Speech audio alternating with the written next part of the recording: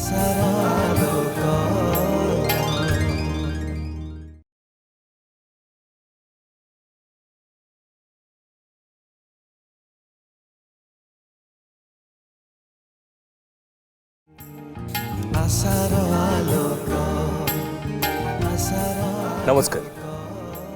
जीवन दोछके आशार आलोक मंच को अध्याय को आपण स्वागत करुच्चे मु श्रीकांत।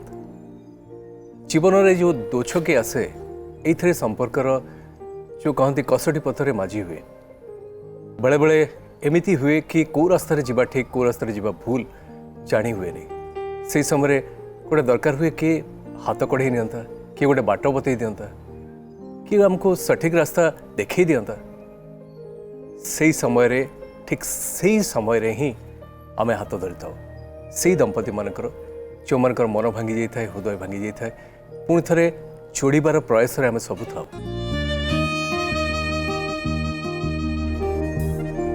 जो आखिरे लोह जगाए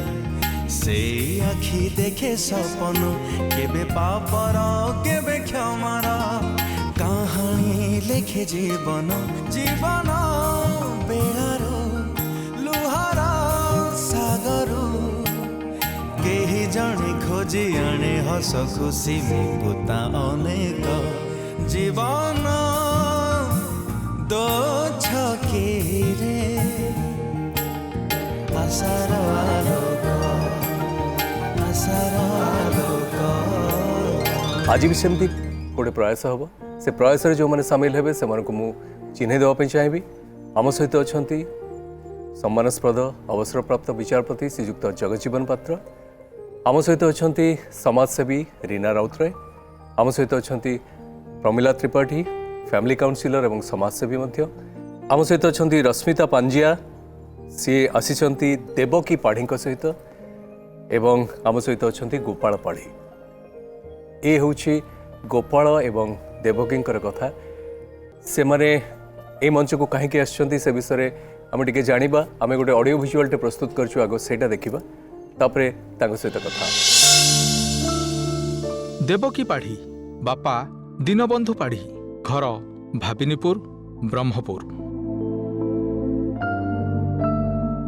गोपाल पाढ़ी बापा उज्ज्वल पाढ़ी घर भैरवी बजार साही ब्रह्मपुर। पेशा मंदिर पूजारी।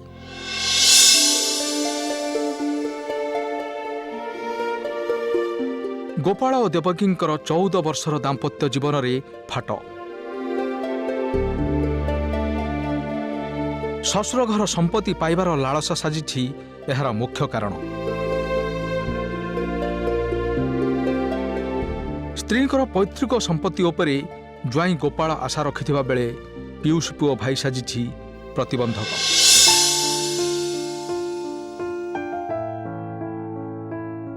ताकु नहीं दुईक मध्य मनोमालिन और कली झगड़ा फल 4 वर्ष हेब परस्पर ठारू अलगा रहुछंती ए दंपति।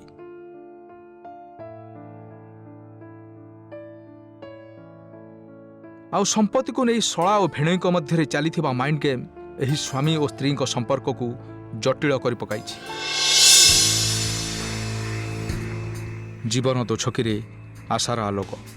देखिबा गोपाल और देवकी मध्य सृष्टि होइथिबा एही मनोमालिन्य आज दूर हेउछि कि नाही।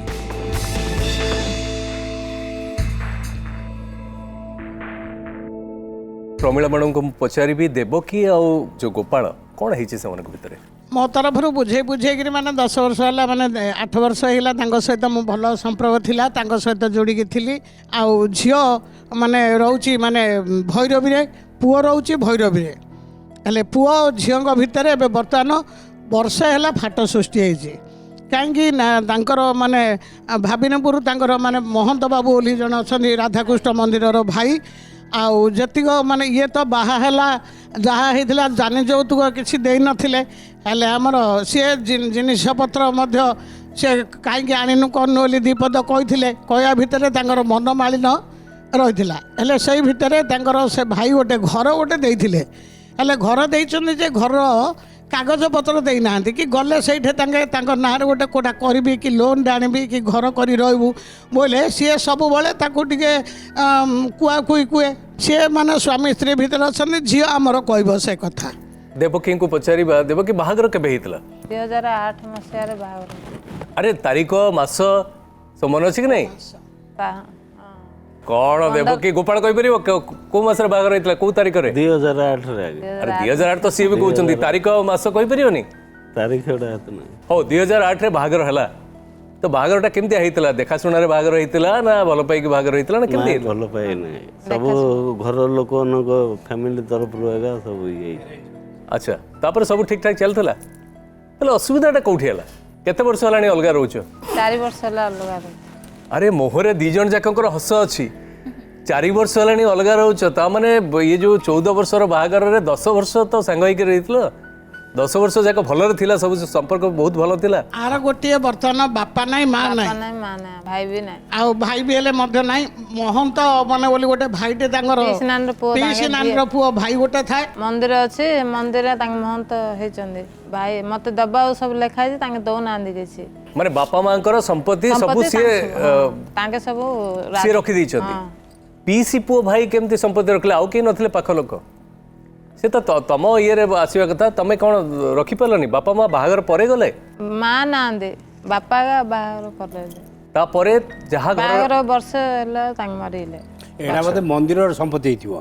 ଠାକୁରଙ୍କ ସମ୍ପତ୍ତି ନାଇଁ ଆଜ୍ଞା ଏଇଟା ମନ୍ଦିର ସମ୍ପତ୍ତି ନାହିଁ ମନ୍ଦିରର ଲେଖା ମନ୍ଦିର ସାହି ଭିତରେ ଆମର ଘର ଅଛି ବୁଝିଲେ ନା ନାଇଁ ସାହି ଆଗକୁ ମନ୍ଦିର ଅଛି ସେ ମନ୍ଦିରରେ ଇଏ ମହନ୍ତ ହେଇକି ରଖିଦେଇଛନ୍ତି ଆମର ଶ୍ୱଶୁର ଯିଏ ଥିଲେ ତାଙ୍କ ଭାଇକି ମହନ୍ତ କରିକି ରଖିଲେ। ଆଚ୍ଛା ବାହାଘର ପରେ ଗୋଟିଏ ଝିଅ ତ ତାଙ୍କ ଭାଇ ନାହାନ୍ତି ତେଣୁ ସମ୍ପତ୍ତି ସେ ଅନୁସାରେ ହବାର କଥା ବାପା କରିନଥିଲେ ଝିଅ ନାଁରେ ନା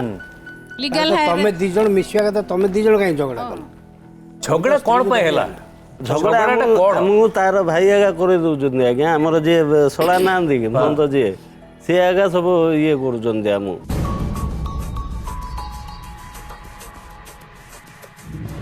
ମୋ କହିବା କଥା ଝଗଡ଼ା ତମ 2 ଜଣଙ୍କ ଭିତରେ କାହିଁକି ହେଲା? କୋଉ କଥାକୁ ନେଇକି ଝଗଡ଼ା ହେଲା? ଆମ ଚଳିଆଟା ଅସୁବିଧା ହଉଛି ଆଜ୍ଞା ଚଳିଆଟା କିଛି ସୁବିଧା କ'ଣ କାମ କରୁଛ? ଏଇନା ମନ୍ଦିର କାମ କେତେବେଳେ କୁଆଡେ କୋଉ ମନ୍ଦିର? ସେ ମନ୍ଦିର ତ ସିଏ ରହିଲେ ମହନ୍ତ। ମୁଁ ଭୈରବୀ ମନ୍ଦିରରେ ରହୁଛି ଆଉ ଗୋଟେ ମନ୍ଦିରରେ? ହଁ ଆଚ୍ଛା ମନ୍ଦିରର ପୂଜକ ତା ସାଙ୍ଗରେ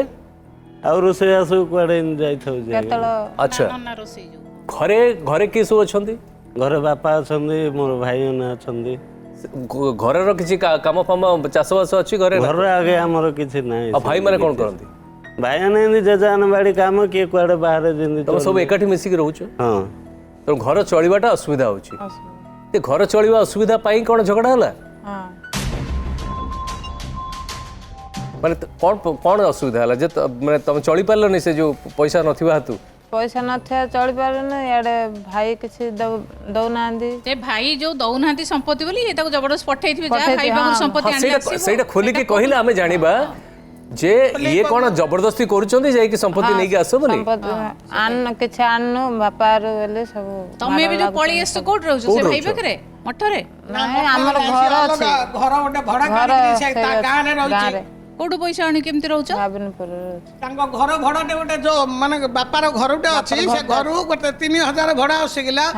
ସେ ଭଡା ଢାଳିଲେ 1000 ଟଙ୍କା ଭଡା ଦଉଛି 2000 ଖର୍ଚ୍ଚ କରୁଛି। ଆଚ୍ଛା ଆଚ୍ଛା ପିଲାପିଲି ହେଇନାହାନ୍ତି?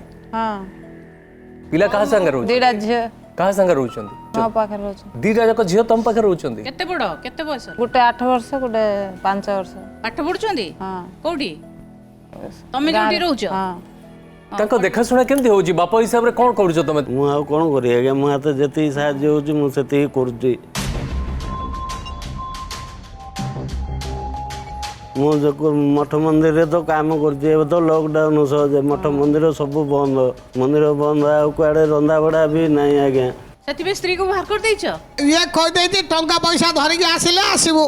ସିଏ କହିଲା ତୋ ବାପା ଘରୁ ଧରିକିରି ଆସିଲେ ଆସୁ କହୁନ ତମେ ମଧ୍ୟ ଚାହୁଁଛ କି ସେ ପଇସା ରୋଜଗାର କରିକି ଆଣିଲେ ତମେ ତାଙ୍କ ପାଖକୁ ଯିବ? ପଇସା ରୋଜଗାର କରି ଆଣିଲେ ତାଙ୍କ ପାଖକୁ ଯିବୁ ନହେଲେ ତମେ କହିଛ ସେ କଥା ଏବଂ ସିଏ ବି କହୁଛନ୍ତି ତମେ ସମ୍ପତ୍ତି ନେଇକି ଆସିଲେ ଆସିବ ନେଇ ଆସ ବାପା ବୋଲି କହୁଛନ୍ତି ମାଡ଼ ଲାଗୁଛନ୍ତି। ତମକୁ ତ ଭଲ ଲାଗିଥିଲା ବୋଲି ବାହା ହେଇକି ଆସିଥିଲ 10 ବର୍ଷ ତ ଶାନ୍ତିରେ ଥିଲ ଭଲ ଥିଲା ତାପରେ ହଠାତ୍ ଏମିତି କ'ଣ ହେଲା ଯେ ତାକୁ ସିଏ ବାହାରେ ରହିଲେ ଅଲଗା ରହିଲେ? ହଠାତ୍ ବୋଇଲେ ତା ଭାଇ ଏକା ତାଙ୍କ ଭାଇର କଥାରେ ଏକା ସେ ପରିବର୍ତ୍ତନ ହେଇଯାଇଛନ୍ତି।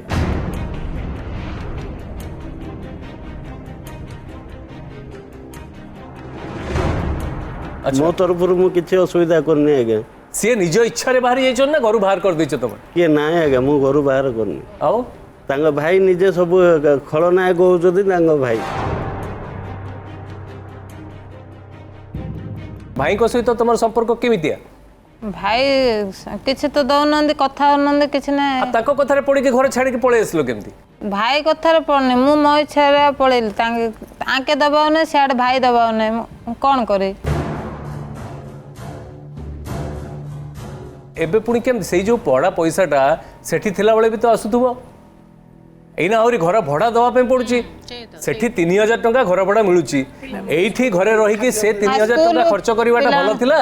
ନା 3000 ଆଣିକି 1000 ଟଙ୍କା ଘର ଭଡ଼ା ଦେଇକି ବାକି ଅଲଗା ରହିବାଟା ଭଲ ଥିଲା? ତାପରେ ଆଜ୍ଞା ଘରଗୁଡ଼ା ଅଛି, ଘରଗୁଡ଼ାରେ ହେଲେ ବି କିଛି ନଥିଲା। ଘରଗୁଡ଼ାକୁ ମୁଁ କାମ କଲି, କାମ କଲା ପରେ ବି 70-80 ହଜାର ଟଙ୍କା ଲାଗିଲା। ମୁଁ କୁଆଡ଼ୁ କିସ କରିକିରି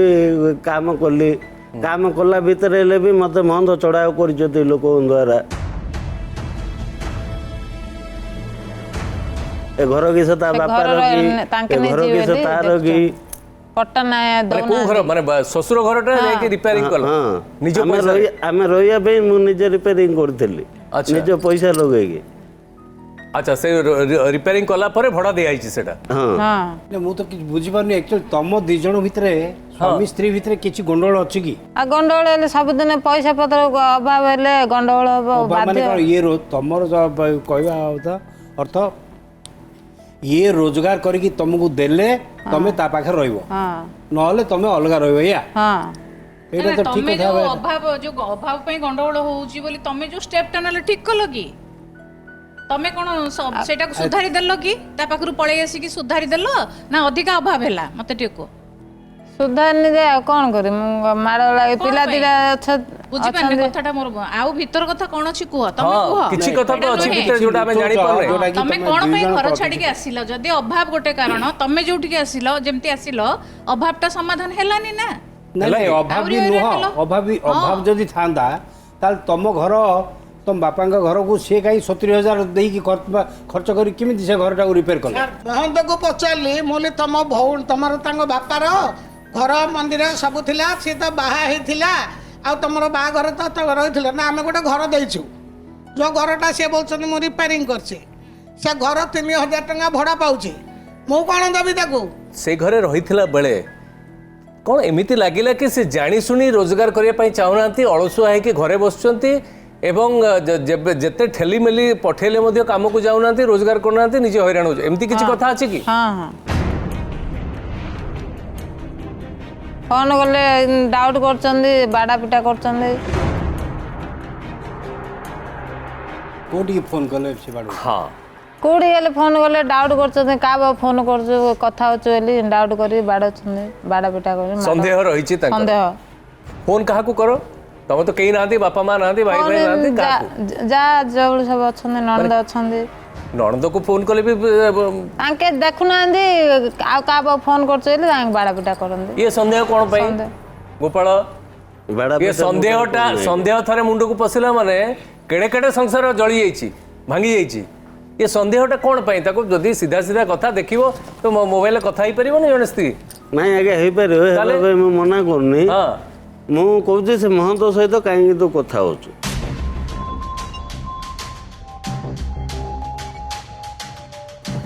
ମହନ୍ତ ତା ଭାଇ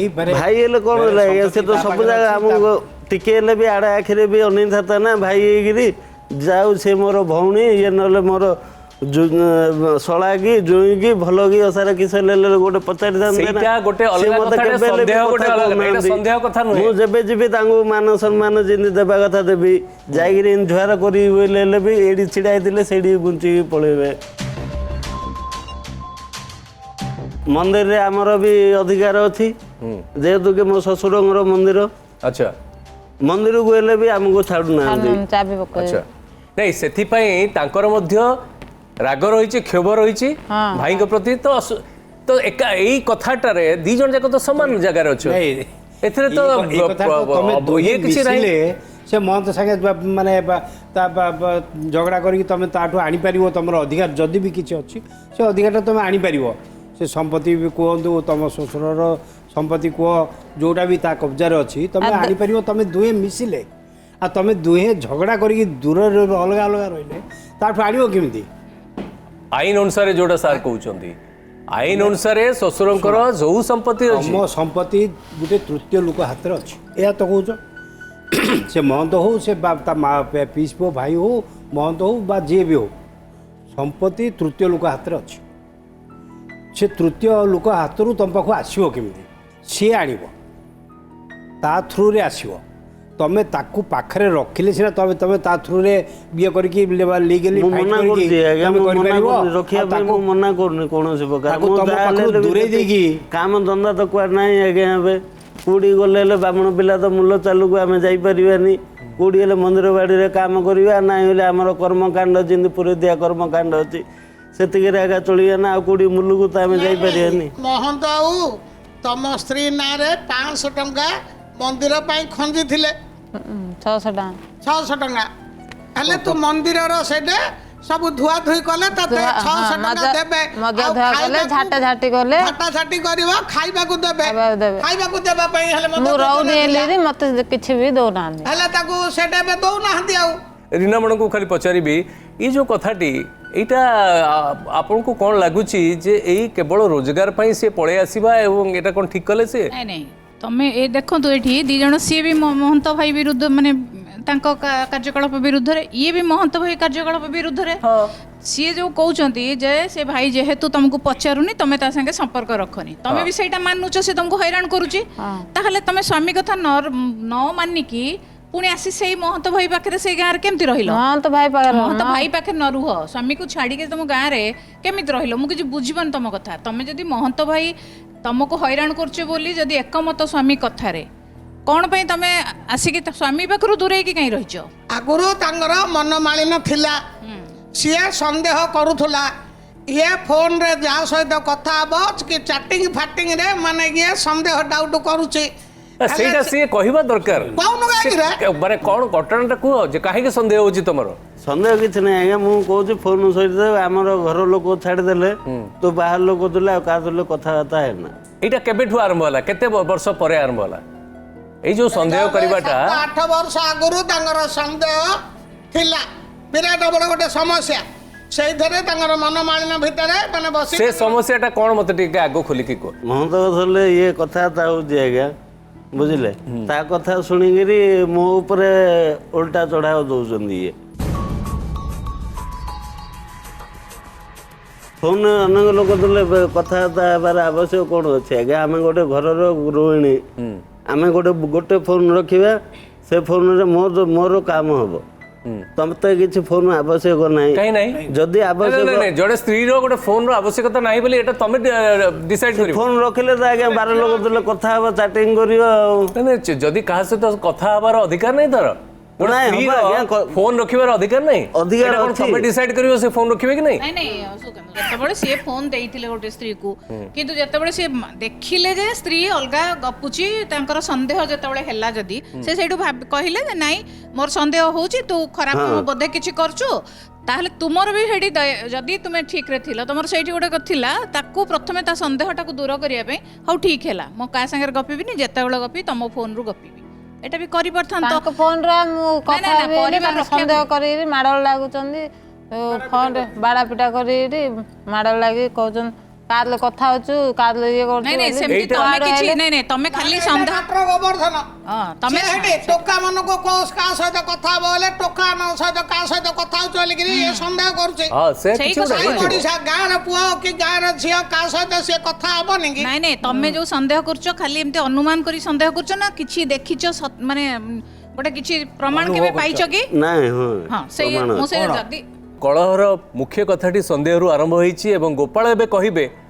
ଯେ କ'ଣ ସେ ପ୍ରମାଣ ପାଇଛନ୍ତି ରୀନା ମ୍ୟାଡ଼ାମକୁ କହିଲେ ମୋ ପାଖରେ ପ୍ରମାଣ ଅଛି ବୋଲି କ'ଣ ପ୍ରମାଣ କୁହ ପ୍ରମାଣ ଆଜ୍ଞା ଇଏ ମହନ୍ତ ସହିତ ବେଶୀ କଥାବାର୍ତ୍ତା ହେଉଛି ବୁଝିଲେ ନା ନାହିଁ ଆଉ ମୁଁ ଯାହା ଡାଉଟ୍ କରୁଛି କି ମୁଁ 100 ମହନ୍ତଙ୍କର ନମ୍ବର ଦେଖିଦେଉଛି ଦିନକୁ 5 ଥର 6 ଥର ଏମିତି କଲ୍ ଆସିଥାଉଛି ତ ତମେ ଫୋନ୍ କଲ ଭଉଣୀ ସହିତ କଥା ହେଲେ ମୋର ଆବଜେକ୍ସନ୍ କିଛି ନାହିଁ ମୋ ତୁଲେ ହେଲେ ବି କଥା ହେବାର ଅଧିକାର ଅଛି ତମେ ତା ସହିତ କାହିଁକି କଥା ହେଉଛ ମୁଁ ଘରକୁ ଏଣ୍ଟ୍ରି କଲାବେଳକୁ କଥା ହେଇଥାଉଛେ ରଖିଦେଉଛେ ମୋବାଇଲ ଆଚ୍ଛା ଆର ଅର୍ଥ କିସ ମୁଁ ଆଉ ମାଇଣ୍ଡ କିସ ନେବି ଆଜ୍ଞା ମାନେ ଯଦି ବି ସନ୍ଦେହଟା ସେ କଲେ ମୁଁ କହୁନି ପ୍ରମାଣ ଭୁଲ ବି ହେଇଥାଇପାରେ ତାଙ୍କ ସନ୍ଦେହ ହଁ। କିନ୍ତୁ ଦିଆଡୁ ଏଇ ଛୋଟିଆ କଥା ପାଇଁ ତ ଘର ଭାଙ୍ଗିବା କଥା ନୁହେଁ ନା ପଳେଇବା କଥା ନୁହେଁ ତେଣୁ ସେଇ ଜିନିଷଟା କହୁଛି ତାଙ୍କ ସନ୍ଦେହଟା ତମେ ଦୂର କରିବା କଥା ବା ତମେ ଯଦି ଭୁଲ ଭାବୁଥିବ ସେ ନାଇଁ ମ୍ୟାଡ଼ାମ ମୁଁ ଭୁଲ କୋଉଠି ଦେବକୀ କହିବେ କଣ କରୁଛ? ଇଏ ସନ୍ଦେହ ଯୋଉ 5 ଥର ସେ ଫୋନ କରନ୍ତି ଦିନକୁ ବୋଲି କହୁଛନ୍ତି ଏ ଦିନକୁ 5 ଥର କଣ କଥା ହବ ଯାହା ସହିତ ତମର ଗୋଟେ ଭାବଗତ ସମ୍ପର୍କ ନାହିଁ ଏଇଥିପାଇଁ ଯେ ସେ ତମର ସମ୍ପତ୍ତିକୁ ହଡପ କରି ନେଇଛନ୍ତି ବୋଲି ଯାହାକୁ ତମେ ଭଲ ପାଉନି ଯିଏ ତମ ବାପାଙ୍କ ସମ୍ପତ୍ତିକୁ ହଡପ କରିଛନ୍ତି ସେଇ ଲୋକ ସହିତ ଦିନକୁ 4 ଥର 5 ଥର କଥା ବା 3 ଥର ବି କଥା ହବ କାହିଁକି ଆଉ କଣ କଥା ସେଟା ନାଇଁ ଏମିତି ସାଇ ପଡ଼ିଶା ଲୋକ ଧରିକି ସେ ଘର ନେଇଯିବାକୁ ବସିଛି ସେଥିପାଇଁ ସବୁଦିନ ମାଡ଼ଗୋଳ କଜିଆ ହେଇକି ଗାଁ ଯାଇ ମାଡ଼ଗୋଳ ଲାଗୁଛି ପଇସା ଦେଉନି କିଛି ନାହିଁ ତମେ ଠିକ ଥିବ କିନ୍ତୁ ଏଇ ଜାଗାରେ ତମେ ବର୍ତ୍ତମାନ ନିଜକୁ ଇଏ କରିଦେବାର ବି ଟାଇମ ସମୟ ହଁ ଏଇଟା ଖୋଲିକି କଥା ହେଲେ ସିନା ନହେଲେ କଣ ହବ କରିଦିଅ କାହିଁକି ସେ ଅଯଥାରେ ସନ୍ଦେହ କରୁଛନ୍ତି ଠିକ କରିଦିଅ ସେଇଟା ସରଳ ସମାଧାନ ହେଇଯିବ କାହିଁ ସନ୍ଦେହ ମୋ ମା ବାପା ନାହାନ୍ତି ବୋଲି ସେ ଗୋଟେ ଭାଇ ଭରିଆ ମତେ ରଖିଥିଲା ଘରେ ବାସ୍ ତାପରେ ଘରେ ରଖିଥିଲା ତାଙ୍କେ ଭାବୁଛେ ସେ ରାଉଳ ପିଲା ତୁ ରଖିଛୁ ତା ସହିତ କଥା ହଉଛୁ ବୋଲି ତାଙ୍କେ ସନ୍ଦେହ କରି ମାଡ଼ଗୋଳ ଲାଗୁଛନ୍ତି ରାଉଳ ମାନେ ଆଉ ଜଣେ ସେ ବାବାଜୀ ନୁହଁ ନାଇଁ ସେ ମହନ୍ତ ନୁହଁ ବାପା ତାଙ୍କ ଗାଁର ସେ ଭାଇ ଘର ପାଖ ତାଙ୍କ ସହିତ କଥା ହୁଅ ତାଙ୍କେ ମୋ ବାବା ମରିଲେ ଆଉ କିଏ ନାହାନ୍ତି ଘରେ ତାଙ୍କେ ଭାଇ ପିରି ଥିଲେ ମତେ ଆଶ୍ରା ଦେଇକି ଆଚ୍ଛା ତାଙ୍କ ସହିତ ବି କଥା ହୁଅ ହଁ ତାଙ୍କ ସହିତ କଥା ଆଚ୍ଛା। ତାଙ୍କେ ଯେ ଭାବିଲେ ସେ ତାକୁ ରଖିଛୁ ତାହେଲେ ସେଇଟା କାହିଁକି ନାଇଁ ଗୋପାଳ ତମେ ଏବେ କହିଲ ମହନ୍ତ ଭାଇ ସାଙ୍ଗରେ କଥା ହେବା କଥା ତମେ ତ ସେ ରାଉଳ ଭାଇ କିଏ ତାଙ୍କ ସହିତ କଥା ହେବା କଥା କହିନ ଗାଁ ଭିତରେ ଏବେ ଧନ୍ୟ ମୋ ବାପାଙ୍କର 3 ଭାଇ ଅଛନ୍ତି ତାହିଁରୁ ଜଣେ ଡେଟ୍ ହେଇଗଲେ ଡେଟ୍ ହେଇଗଲେ ହେଲେ ସେ ଯୋଉ ଲୋକଟା ଯୋଉ ଡେଟ୍ ହେଇଗଲା ତାର ଯଦି ଝିଅଟି ଅଛି ହେଲେ ଆଉ 2 ଭାଇ ରଖିବାର କର୍ତ୍ତବ୍ୟ କି ନାହିଁ ହଁ କେମିତି ତାକୁ ଏକଲା ଘରେ ଛାଡ଼ିଦେଲେ କେମିତି ସେ ରାଉଳ ପିଲା ହେଇକି ରହୁଥିଲା ମହନ୍ତ କେମିତି ଛାଡ଼ିଦେଲେ ସେଇଟାକୁ ତାର କଣ ଭୁଲ ତମର ମହନ୍ତ ହେଲେ ବି ଥିଲେ ନା ସେତେବେଳକୁ ନିଜେ ଏବେ ଯଦି ଏତେ ଘର ଉପରେ ଅଧିକାର ଦେଖଉଛନ୍ତି ସେତେବେଳକୁ ମହନ୍ତ କୁଆଡେ ଯାଇଥିଲେ ଏବେ 3-4 ହେଲେ ଫୋନ କରୁଛନ୍ତି ସେତେବେଳକୁ କାହିଁ କରୁନଥିଲେ ତ ମହନ୍ତ କିଏ ଯେତେବେଳେ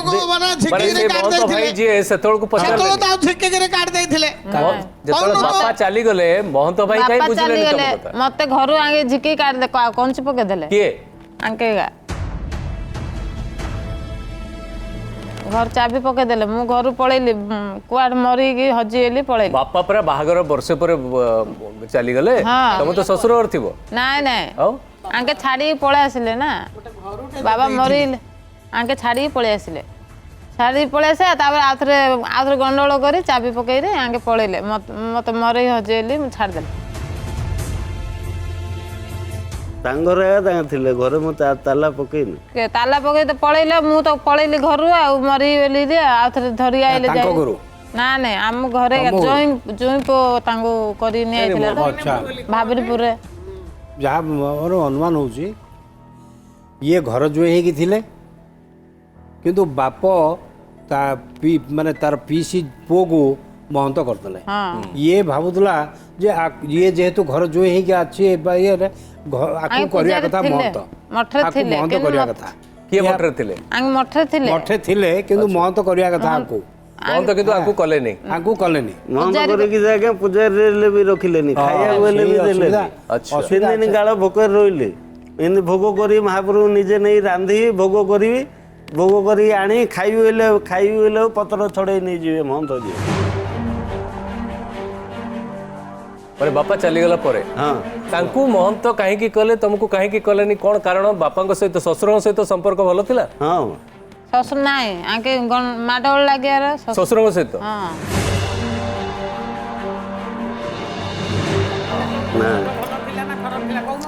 ନାଇଁ ମାଡ଼ଗୋଳ ଲାଗି ତ ତାଙ୍କେ ପଳେଇଲେ ଆଉ ଅଛନ୍ତି ଆଉ ଘରେ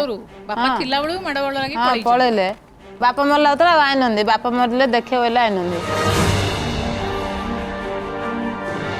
ତମେ ଚାହୁଁଥିଲ ମହନ୍ତ ହବା ପାଇଁ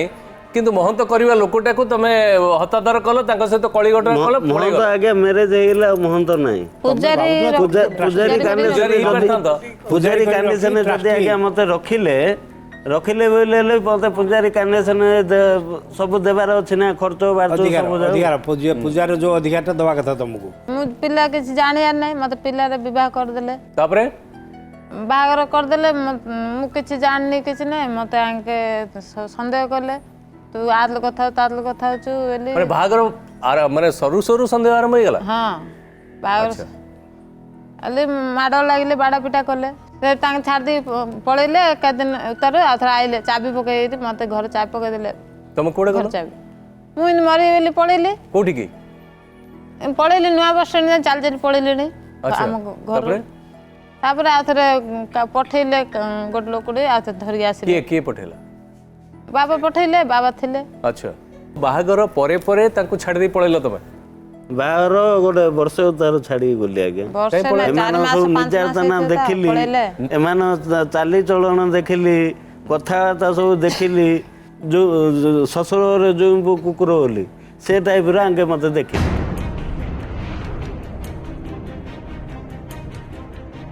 ବର୍ଷେ କାଳ ମୁଣ୍ଡ ପୋତି ରହିଛି ମୁଁ ଯେତିକି ମୁଣ୍ଡ ପୋତି ରହିଛି ଆଉ ସେତିକି ଦିନ କିଏ ରହିବେନି ଯେତିକି ମତେ ଆଙ୍କେ ନିର୍ଯାତନା ଦେଇଛନ୍ତି କଣ ନିର୍ଯାତନା ମାନେ କୋଉ ଟାଇପର କହିଲି ପରା ଶ୍ୱଶୁର ଶ୍ୱଶୁର ନାହିଁ ଆଜ୍ଞା ଆମର ଇଏ ମହନ୍ତ ଆଉ ଇଏ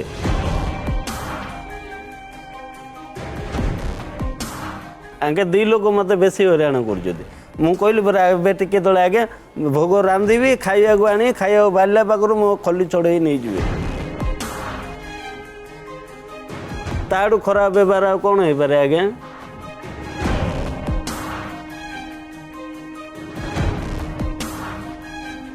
ତମ ଭାଇ ତାଙ୍କ ପାଖରୁ ଖାଇବା ଛଡ଼େଇ ନିଅନ୍ତି କିଛି କୁହନି ମୁଁ ଘରେ ଥିବାର ତାଙ୍କ ମନ୍ଦିରରେ ରାନ୍ଧିବାର ଘରେ ବି ଆଙ୍କେ ଭାଇ ଭଉଣୀ ମିଶିକିରି ଖାଇ ପକେଇବାର ମୋ ପାଇଁ ଦରକାର ପଡ଼ିଲେ ଛାଡ଼ିଦେବେ ମତେ ହେଲେ ହେଲା ନହେଲେ ନାହିଁ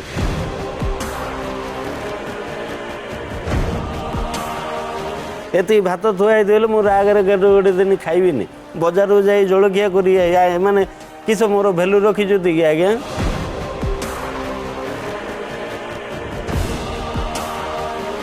କୁକୁର ତଳେ ରଖିଛନ୍ତି ଏମାନେ ମତେ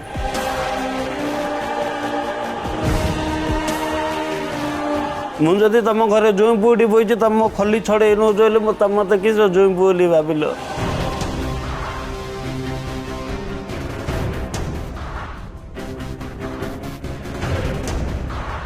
କିଏ ଏବେ ଅତି ଦିଡ଼ି ଆଉ ଆଜ୍ଞା ଭିକାରିଟି ଆଉ ଏବେ ଆମେ ଦାଣ୍ଡରେ ବସେଇକିରି ଖାଇବାକୁ ଦେଇ ଦଉଛେ ନା ନାଇଁ ନାଇଁ ବିଲକୁଲ ଏଟା ଗୋଟେ ଅସମ୍ମାନ କଥା ପ୍ରଥମ କଥା ଖାଇବାଟା ଛଡ଼େଇ ତାପରେ ନବା ତ ମିଶିଲ ନା ତାପରେ ତ ତମେ ମିଶିକି ରହିଲ ନା ଆଚ୍ଛା ଦେବକୀ ଯୋଉ ବାହାଘର ହେଇଥିଲା ତାଙ୍କ ପ୍ରତି ଆସ୍ତେ ଆସ୍ତେ ଟିକେ ଭଲ ପାଇବା ଆସିଥିଲା ନା ଆସିନଥିଲା ଆଜ୍ଞା ମୁଁ ତ କିଛି ଜାଣିନି ଆଜ୍ଞା ଭଲ ପାଇବା 15-16 ବର୍ଷଟା କିଛି ଜାଣିନି ଏମିତି ତ ନୁହେଁ କିଛି ଜାଣିନଥିଲେ ଆଜ୍ଞା ଖାଲି ତାଙ୍କ ଭାଇ ଯାହା ଶିଖେଇବାର ନିର୍ଯାତନା ଦେବାର ଜଙ୍ଗି ଇନ୍ତି କରେ ଜଙ୍ଗି ସିନ୍ଦି କରେ ତମ ଭିତରେ ତାଙ୍କ ପ୍ରତି ଭଲ ପାଇବା ଆସିଥିଲା କି ନାହିଁ ମୋର ଏବେ ପର୍ଯ୍ୟନ୍ତ ହେଲେ ବି ଭଲ ପାଇବାର ଅଛି ଆଜ୍ଞା ମୁଁ ଏବେ ହେଲେ ବି ତା ପାଇଁ କାନ୍ଦୁଛି ଜାଣିଛ ନା ନାଇଁ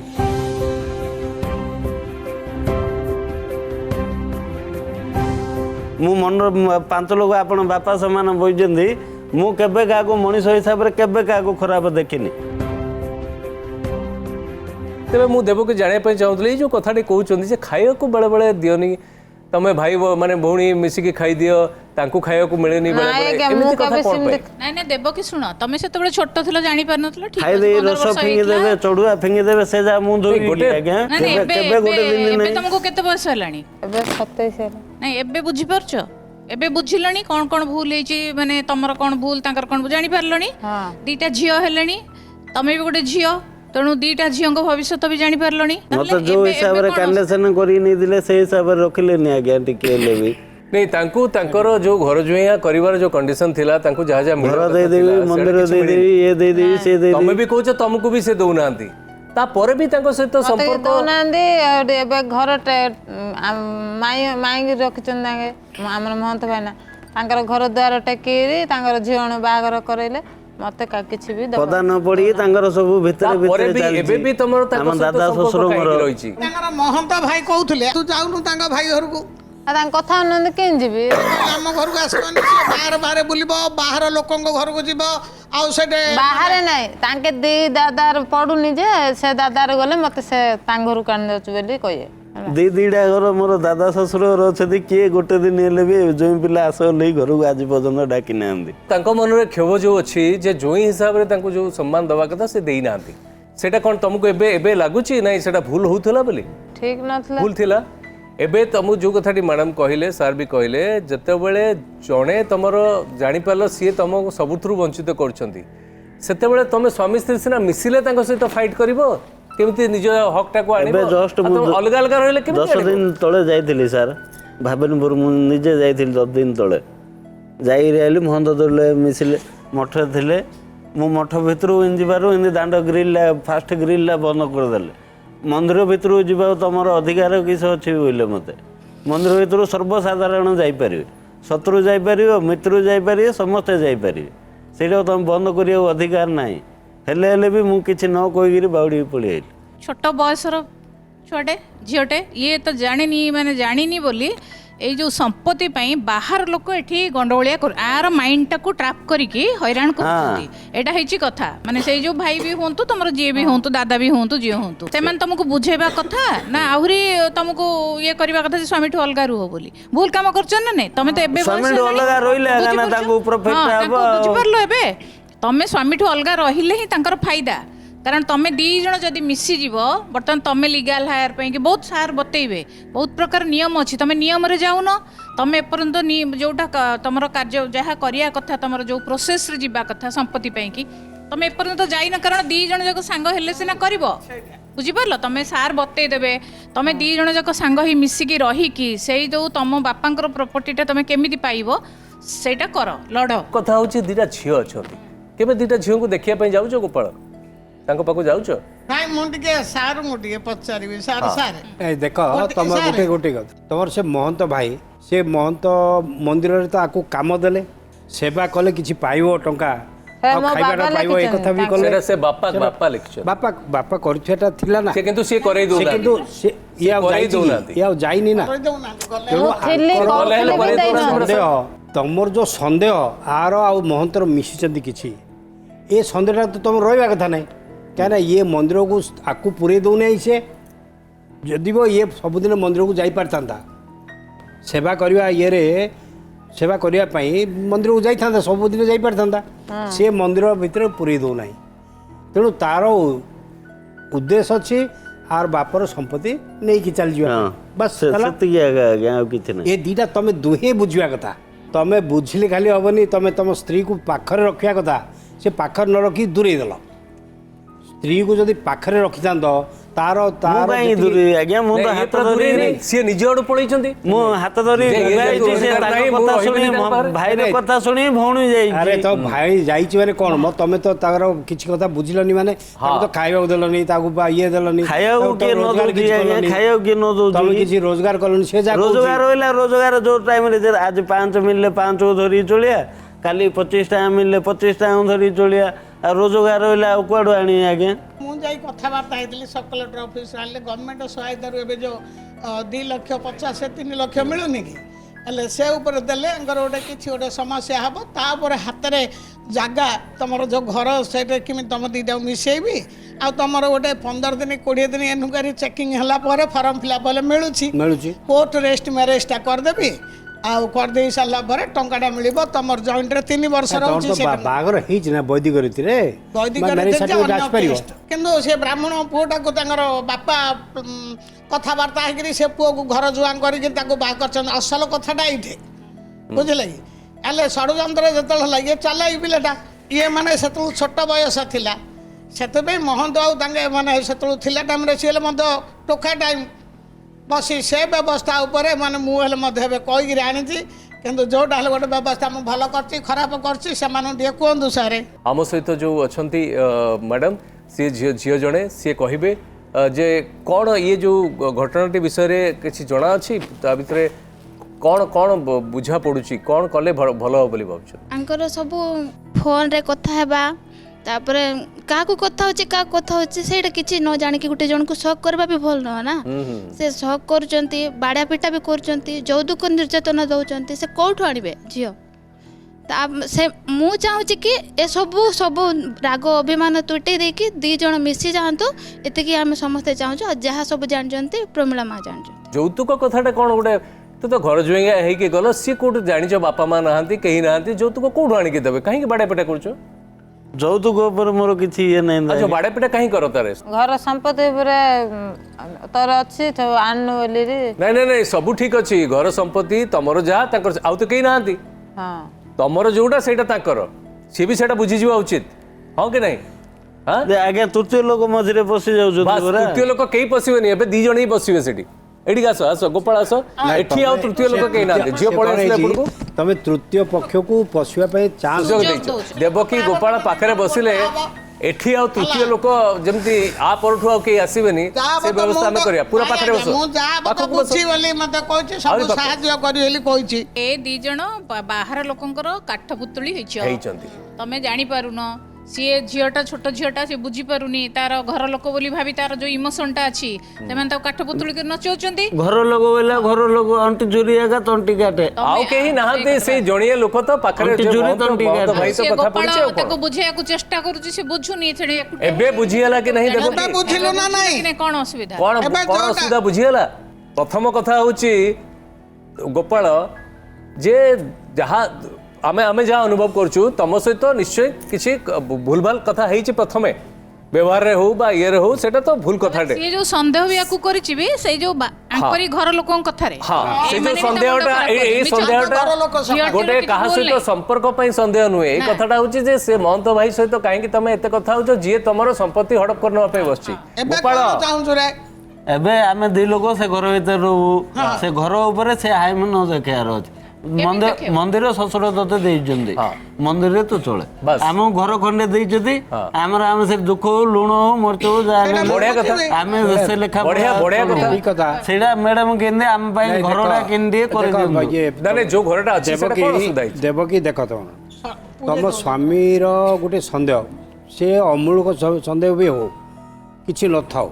କିନ୍ତୁ ତମେ ଯୋଉ ଫୋନରେ କଥା ହେବା ସିଏ ଆସିଲା ବେଳକୁ ବନ୍ଦ କରିଦେବା ଅଯଥା ବି କଥା ହେବା ଅଯଥା କଥା ଏଇଟା ବି ତମେ ଉଚିତ ନାହିଁ ଅଯଥାରେ ସନ୍ଦେହ ସୃଷ୍ଟି କରୁଛି ତାପରେ ଆଜ୍ଞା ଆ ସହିତ ଯଦି କଥା ହେଲେ ମୋ ସହିତ ହେଲେ ବି କଥା ହେଇଥିଲେ ମୋର ମନଟା ଟିକେ ବୁଝିଥାନ୍ତା ଅଶାନ୍ତିଟା ଏବେ ଏବେ ଆଉ ପୁରୁଣା କଥା ହବନି ଆଜ୍ଞା, ବୁଝିଗଲା? ସେ କଥା ଅଶାନ୍ତିଟା କହିଛ। କୋଉଠୁ ଆସୁଛି? ଗୋପାଳ ଅଶାନ୍ତିଟା କୋଉଠୁ ଆସୁଛି ଆମେ ଆଜ୍ଞା? ଆମେ ସେ କଥା ହେଇଛେ ବୁଝି ସାରିଛେ ଆଉ ସେ ବିଷୟରେ ଆମେ କଥା ହବାନି ଆମେ ପୁରୁଣା କଥାକୁ ଆଉ ଦୋହରେଇବାନି କେମିତି ଗୋଟେ ହବ ହଁ। ହେଲେ ମାନେ କାମଟା ଆଗେଇବା ଏବେ ଇଏ ବି କହୁ ଏବେ ଦେବକୀ ଦେବକୀ ବୁଝିବା ଦରକାର ଯେ ପ୍ରକୃତ ଘଟଣାର ଖଳନାୟକ କିଏ ଏବଂ ଆମେ ଯଦି ଅଲଗା ରହିବା ଆମେ ସତ କଥା ଅଲଗା କୁହ। ରହିବାରେ ସେମାନଙ୍କର ଲାଭ ତେଣୁ ସେମାନେ ଆମକୁ ତାଙ୍କର ଜାଲରେ ବିଛେଇ ଅଲଗା କରିଛନ୍ତି ଏଇ କଥାଟା ତମେ ମନରେ ବୁଝିବା ଦରକାର କି ନାହିଁ, ହେଟା ବୁଝିଲ ତ ସେମାନେ ବୁଝିପାଇଲୁ। ତମକୁ ଅଲଗା କଲେ ହିଁ ତାଙ୍କର ଫାଇଦା ଆଉ ତାକୁ ତମେ ଅଲଗା ହେଇକି ଫାଇଦା ଦଉଛ ଯେତେବେଳେ ତମେ ଦି ଜଣ ମିଶିଯିବ ସେତେବେଳେ ଶକ୍ତ ହେଇଯିବ ସେତେବେଳେ ଆଉ କେହି ତମକୁ ହଲେଇ ପାରିବେ ନାହିଁ ଆଇନର କଥା ତମ ସାର୍ କହିବେ ଶୁଣ ଘର ତ ତମ ବାପା ତମକୁ ଦେଇଛନ୍ତି ତମର ଅଧିକାର ତାପରେ ପିଇସି ପୁଅ ଭାଇର ତାର କିଛି ଅଧିକାର ହିଁ ନାହିଁ କୌଣସି ଇଏ ପ୍ରକାର ଯଦି ବିଲ୍ରେ କିଛି ଲେଖିଥିବେ ବିଲ୍ ଯଦି ତମ ବାପା କିଛି ଲେଖିଥିବେ ବିଲ୍ ରଖିଥିବେ ବିଲ୍ରେ ଆମର ତାହେଲେ ବିଲ୍ ତମ ନାଁରେ ଅଛି ତାହେଲେ ତ ତାର କିଛି ନାହିଁ ସେଇଥିପାଇଁ ତାକୁ ଭଗେଇଲେ ତମକୁ ଡରୁଛ ହଇରାଣ କଣ କରିବ ବୋଲି ପାଇଁ? ତାକୁ ତେଣୁ- ଭଗେଇ ଦଉଛନ୍ତି ବୁଝିପାରୁଛ ଏ ପ୍ରମିଳା ମ୍ୟାଡାମ ଅଛନ୍ତି ଆଉ ଡରିବାର ନାହିଁ ନ୍ୟାୟ ନିଶ୍ଚୟ ମିଳିବ ଏବଂ ଆଇନର ସହାୟତା ଯୋଉଟା ସାର୍ କହିଲେ ଆଇନ ତମ ସପକ୍ଷରେ ଅଛି ଆଠୁ ବଡ କଥା ଆଉ କଣ Will ହେବ? ପୁରା କରିଦେଇଛନ୍ତି, କେବଳ ଆଉ କଣ? ତମେ ନିଜେ ନିଜ ଗୋଡରେ କୁରାଡି ମାରୁଛ ଅଲଗା ରହିକି ଲୋକଙ୍କୁ ଆଜ୍ଞା ଭାବିନୀପୁର ଲୋକଙ୍କୁ ମୋ ପାଖକୁ ମନ୍ତ୍ରୀଟି ପଠାଉଛନ୍ତି ଯେ ଗାଁ ଭିତରୁ ଆସନା ଭଲ ଏ ଗୋପାଳ ଶୁଣ ସମ୍ପତ୍ତି ପାଇଁ ସେମାନେ କିଛି ଗୋଟେ କରୁଛନ୍ତି ଜାଣିଲ ତମେ ତମେ ଯେତେବେଳେ ଜାଣିଲ ତମେ ତମ ସ୍ତ୍ରୀକୁ ପାଖରେ ଆହୁରି ଅଧିକ ରଖିବା କଥା ତାକୁ ସନ୍ଦେହ କରିବା କଥା ନାହିଁ ମୁଁ ଆଜ୍ଞା ସନ୍ଦେହ କିଛି କରୁନି ମୁଁ ଖାଲି କେବଳ ଗୋଟିଏ କଥା କହୁଛି ଆଜ୍ଞା ଆଉ ହାତ ଉଠେଇବାଟା ତ ବହୁତ ବଡ ପାପ ହାତ ମୁଁ କେବେ ବହୁତ ବଡ ଉଠେଇନି ଅପରାଧ ଆଜ୍ଞା। ହାତ ମୁଁ ଉଠେଇନି ଆଜ୍ଞା ହଁ, ସେ କହୁଛନ୍ତି ନାଇଁ ମିଛ କହୁଛନ୍ତି କହିବେନି। ଆଜ୍ଞା ବାର ଲୋକର ବାର କଥା ଶୁଣିଲେ ନା, ନା, କହିଦେବେ ଆଜ୍ଞା ହାତ କେବେ ଉଠେଇବନି ସେ ଯେତେବେଳେ ଏତେ ଯାଏ କଥା ଶୁଣିକି ଯେତେବେଳେ ଘରଟା ନାଶ କରିଦେଲାନି ତମକୁ ଏବେ କେତେ ବର୍ଷ ଝିଅ ଦିଟା ସାଙ୍ଗେ କଥାବାର୍ତ୍ତା କରୁଛ ହଁ ଝିଅ ଦିଟା ସାଙ୍ଗେ ଯା କଥାବାର୍ତ୍ତା କରୁଛି ସିଏ ଆସିଲେ ସ୍କୁଲ ପାଖକୁ ଯାଇ ଦେଖିକିରି ଆସୁ ଝିଅ ମୁଁ ଆଜ୍ଞା ମଣିଷ ହିସାବରେ ମୋର 70 ହେଲେ ବି ମୁଁ କାହାକୁ ବଢିଆ ବଢିଆ ବଢିଆ ବଢିଆ 10 ବର୍ଷ ସେଇ ମଠ ମନ୍ଦିରରେ ଆମେ ପୂଜା ଦିଟାଙ୍କର କରୁଛୁ 5 ଭବିଷ୍ୟତ ଲୋକ ସହିତ ମିଶିକି ରହିଲେ ଆଜ୍ଞା ଆମେ ମଠ ମନ୍ଦିର ଜାଗାରେ 5 ଲୋକ ସମ୍ମାନ ଦେଇପାରିବା 5 ଲୋକ ଆମ ପାଖକୁ ଆଇବେ ବଢିଆ କଥାଟା କହିଲ ଗୋପାଳ ଆଉ ଟିକେ ପାଖକୁ ଆସିଲ ଗୋଟେ ସ୍ତ୍ରୀର ପାଖରେ କେମିତି ବସନ୍ତି ତମେ ବସିଛ ମାଇଲେ ଦୂରରେ ତା ମାନେ ତୃତୀୟ ପକ୍ଷକୁ ତମେ ମଝିରେ ରାସ୍ତା ଦଉଛ। ଦଉଛ ଦେଖି ଦେଖି ଦେଖି ଦେଖି ଦେଖି ନା ଆମ ଆହୁରି ଅଛି ଜାଗା ଆହୁରି ଜାଗା ଅଛି ଧର ହାତ ଦି ଜଣଙ୍କ ହାତ ଧର କିଏ ଆଗ ହାତ ଧରୁଛି ଦେଖିଆ କିଏ କିଏ କିଏ କିଏ ଦେବ କି ଆଗ ଆଗ ଆଗ ବାସ୍ ବାସ୍ ଏଇଟା ତ କଥା ଆଉ କଣ ବାସ୍ ଏବେ କୁହ ଦି ଜଣ ଯାକ ହାତ ଧରିକି ଦି ଜଣ ଯାକ ଚାହ ଦି ହାତ ତମେ ତା ଉପରେ ହାତ ପକାଅ କରିବନି ତମେ ହାତ ପକାଅ ଗୋପାଳ ହଁ ବାସ୍ ଇଏ ତ ହେଲା କଥା ଏବେ କୁହ ଆମେ ଏଇ ହାତ ଯୋଉ ଧରିଲୁ ଆଉ ଜୀବନରେ କେବେ ଛାଡିବୁନି ଆମେ ହାତ ଯୋଉ ଧରିଛୁ ଆଉ କେବେ ଛାଡିବୁନି ବାସ୍ ଏଇଟା ତ ଗୋଟେ କଥା ଆଉ ଗୋଟେ ଜିନିଷ ଯେ ଆମ ଭିତରେ ତୃତୀୟ ଲୋକ ପଶିବେ କେବେ ଆସିବେନି ଏଇଠି ଏଇଟା ଗୋଟେ କର ପଶିବେ ନାହିଁ ବୋଲି କୁହ ଦି ଜଣ ଯାକ ମଝିରେ ଠିଆ ହୁଅ ଆଗ ପାଖରେ ଆଉଥରେ ବାହାଘର ହେଇଯାଉ ଆଜି ଗୋଟେ ବିବାହ ବାର୍ଷିକୀ ହଉ ଗୋଟେ ଫୁଲମାଳ ଆସୁ ମିଠା ଟିକେ ଆସୁ ଏଇଟା ଗୋଟେ କଣ ହେଇଛି କହିଲେ କମ ବୟସରେ ଯୋଉ ବିବାହ କରିଛି ଝିଅ ତାର ସେତିକି ମ୍ୟାଚୁରିଟି ଆସିନି ବୋଲି ସେ ସ୍ୱାମୀର ମାନସିକତା ତାର ଜିନିଷଟା ବୁଝି ଏବେ ପାରିନି ଦେବ କି ବୁଝିପାରିଲ ହଁ ଯେ ଆଉ ଜଣେ ଲୋକ ପାଇଁ ଏତେ ସୁନ୍ଦର ସଂସାରଟା ଉଜୁଡ଼ି ଗଲା ଉଜୁଡ଼ି ଯିବାକୁ ବସିଥିଲା ଯାଇନି ବର୍ତ୍ତମାନ ସୁଦ୍ଧା ଯାଇନି ବର୍ତ୍ତମାନ ଗୋଟେ ଆଶାର କିରଣ ଦେଖାଗଲା ବର୍ତ୍ତମାନଠୁ ଜୀବନ ବଢିଆ କରି ଚାଲିବ ଏବେ ଫୁଲମାଳ ଧର କେବେ କାହାକୁ ଆଉ ବିଶ୍ୱାସ ନ କରି ନିଜ ନିଜ କଥାକୁ ବିଶ୍ୱାସ କରିବ ପରସ୍ପର କଥାକୁ ବିଶ୍ୱାସ କରିବ କିଏ ଆଗ ସିଏ ଆଗ ତୋର ଦେଖ ସିଏ ଏବେ ପୁରା ରେଡି ଏଇ ତ ଏଇ ହସାଟା ଦରକାର ମିଠାଟା ଟିକେ ଦେଖିଏ କୋଉ ପସନ୍ଦ ତାଙ୍କର କୋଉ ମିଠାଟା ବାସ୍ ତମେ ଟିକେ କହିଦିଅ ବାସ୍ ବାସ୍ ହେଲା ଗୋପାଳ ଏବଂ ଦେବକୀଙ୍କର ଏଇ ଯୋଉ ମନ ଭିତରେ ମନମାଳିନ୍ୟ ଟିକେ ଥିଲା ଟିକେ ଭୁଲ ବୁଝାମଣା ଥିଲା ସେ ସବୁ ଦୂର ହେଇଗଲା ଟିକେ ଯୋଉ ବୟସର ଯୋଉ କଥାଟି ରୀନା ମ୍ୟାଡ଼ାମ କହିଲେ କମ୍ ବୟସ ହେତୁ ତାଙ୍କ ମନ ଭିତରେ ଗୁଡ଼ାଏ ଜିନିଷ ସେ ବୁଝିପାରୁନଥିଲେ ଏବେ ଦି ଜଣ ଯାକ ବୁଝିଲେ କି ଦି ଜଣ ଏକାଠି ରହିଲେ ତୃତୀୟ ପକ୍ଷର ସାହସ ହେବନି ତାଙ୍କୁ କିଛି ଅସୁବିଧାରେ ପକାଇବା ପାଇଁ ତେଣୁ ସେମାନଙ୍କ ଜୀବନ ସୁଖମୟ ହେଉ ପୁଣି ଥରେ ନୂଆ କରି ସଂସାର ଗଢ଼ନ୍ତୁ ବହୁତ ବହୁତ ସୁନ୍ଦର ଭାବେ ସେ ସଂସାରକୁ ଗଢ଼ି ତୋଳନ୍ତୁ ଦୁଇଟା ଝିଅଙ୍କୁ ନେଇକି ଏତିକି ଆମର ଆଶା କାମନା ଜଗନ୍ନାଥ ନିକଟରେ ଆଜି ପାଇଁ ବିଦାୟ ଦିଅନ୍ତୁ